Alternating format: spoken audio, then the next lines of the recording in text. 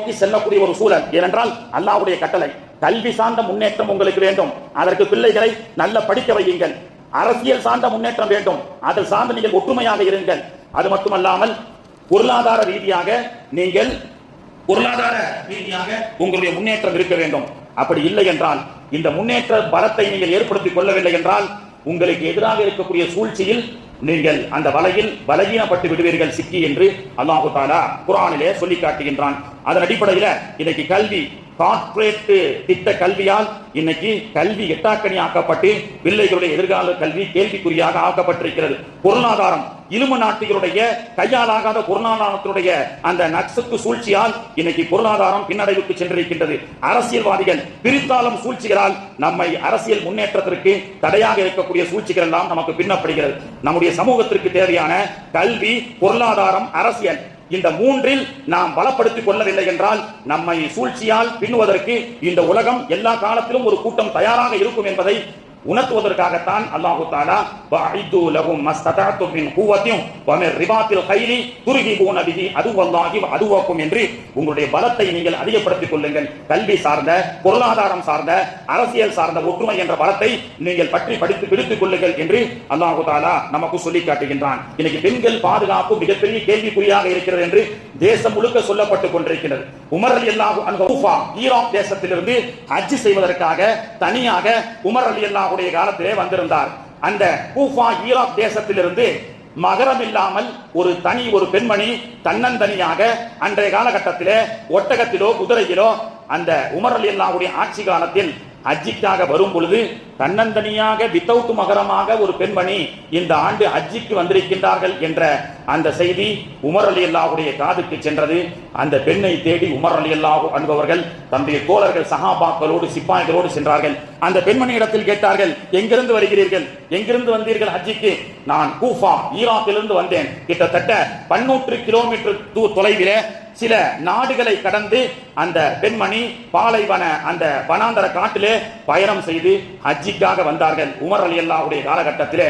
அப்பொழுது உமர் ரலியல்லாஹு அன்ஹு அவர்கள் அந்த பெண்மணியிடத்தில் கேட்டார்கள், நீங்கள் இவ்வளவு தொலைவு பயணம், சில நாடுகளை கடந்து, பல பாலைவனங்களை கடந்து, பல காடுகளை கடந்து நீங்கள் வந்திருக்கின்றீர்கள். வரும் பொழுது உங்களுக்கு ஏதேனும் இடையூறாக, உங்கள் கற்புக்கு இடையூறாகவோ உங்களுடைய பாதுகாப்பிற்கு கேள்விக்குறியாகவோ இருந்தது உண்டா என்று கேட்கும் பொழுது அந்த பெண்மணி சொன்னார்கள், இல்லை இல்லை, நான் வரும் வழியெல்லாம் எனக்கு மிகப்பெரிய பாதுகாப்பை நான் உணர்ந்தேன். அப்படி அந்நிய ஆண்கள் எதிரிலே வந்தாலும் அவர்கள் தலையை கீழே குனிந்து கொண்டு செல்லக்கூடிய ஒழுக்கமான இளைஞர்களைத்தான், ஆண்களைத்தான் பார்த்தேன் என்று சொல்லும் பொழுது உமர் ரலியல்லாஹு அன்ஹு அவர்கள் சொன்னார்கள், மாநபி ஸல்லல்லாஹு அலைஹி வஸல்லம் அவர்கள் தன்னுடைய ஹயாத்தான காலகட்டத்திலே சொன்ன சத்திய வாக்கு இன்று உமர் ரலியல்லாஹுடைய ஆட்சி காலத்தில் நிறைவேற்றப்பட்டிருக்கிறது. பார்த்தீர்களா?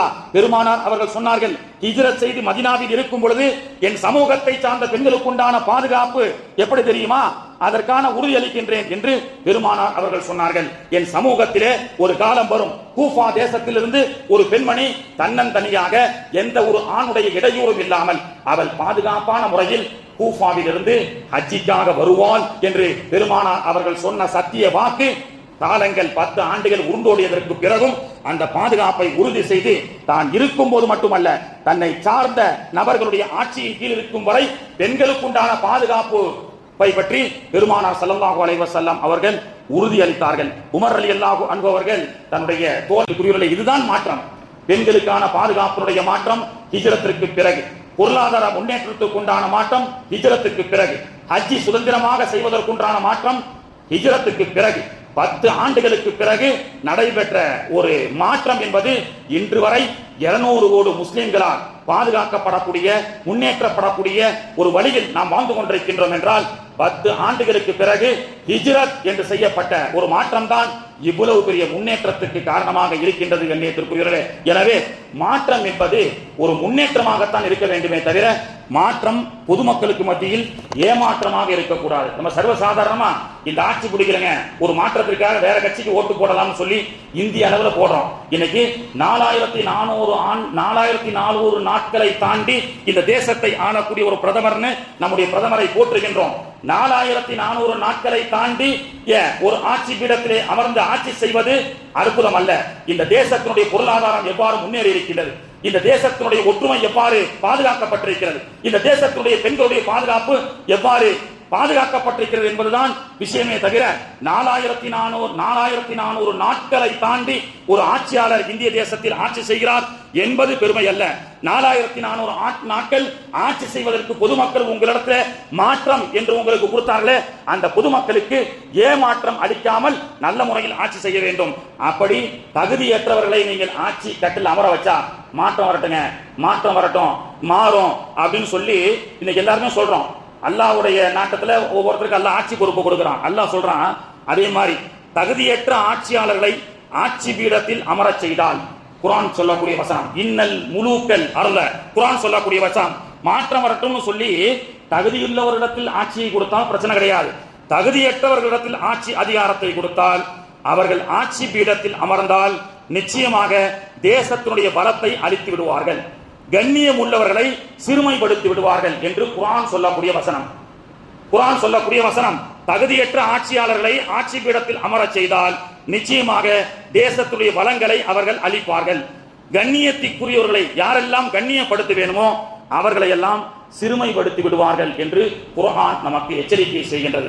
எல்லா வகையிலும் நம்முடைய மேம்பாட்டை மட்டுமே நோக்கமாக கொண்டு கல்வி, பொருளாதாரம், அரசியல் போன்ற இந்த களத்தில் நாம் பலமுள்ளவர்களாக இருக்க வேண்டும் என்றால் நமக்கு மத்தியில் ஒற்றுமை வேண்டும். நமக்கு மத்தியில் எதிர்கால சமூகத்திற்கு நல்ல தரமான கல்வியை கொடுக்கக்கூடிய ஒரு முக்கியமான காலகட்டத்திலே இருக்கின்றோம். அல்லாஹ்வும் அதைத்தான் நமக்கு சொல்லி காட்டுகின்றான். எல்லா மாற்றமும் வருகின்ற ஹிஜ்ரத்துடைய மாற்றம் நமக்கு முன்னேற்றத்தை தர வேண்டும். மாற்றம் ஏமாற்றத்தை தருவதை விட்டும் அல்லாஹு தஆலா நம்மையும் நம்முடைய சமூகத்தையும் இந்த தேசத்தையும் அல்லாஹு தஆலா பாதுகாத்து அருள் புரிவானாக. வாஹிரு தஅவானா அனில் ஹம்துலில்லாஹி ரப்பில் ஆலமீன். சுன்னத் தொழாதவங்க தொழுது கொள்ளுங்கள்.